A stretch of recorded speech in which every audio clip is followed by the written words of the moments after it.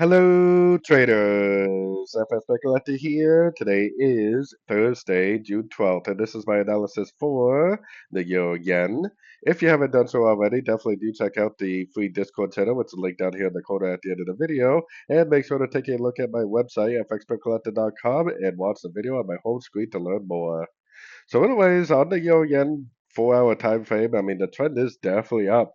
Yesterday, I was talking about how possibly we could get a much bigger move down, but in order for me to start looking for sorts, I would have to see some sort of break to the downside.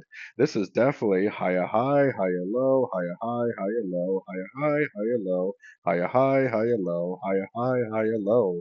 The monthly is up, the weekly is up, the daily is up, and the 4 hour is up.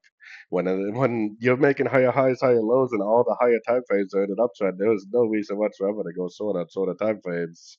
Going down to the 1 hour time frame, what would I be doing right now? I would be looking for one, two, three-way pullbacks to go short. One, two, three-way pullbacks to go short. One, two, three-way pullbacks to go short. One, two, three-way pullbacks to go long. I'm sorry. Do apologize. I'd be looking for three-way pullbacks in order to go long.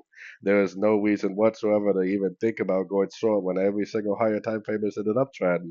So what would I be doing now? I would either be waiting for my higher roadmap time frames to tell me to start looking for shorts, or I would be waiting patiently for more three-way pullbacks to go long again for the continuation of the uptrend.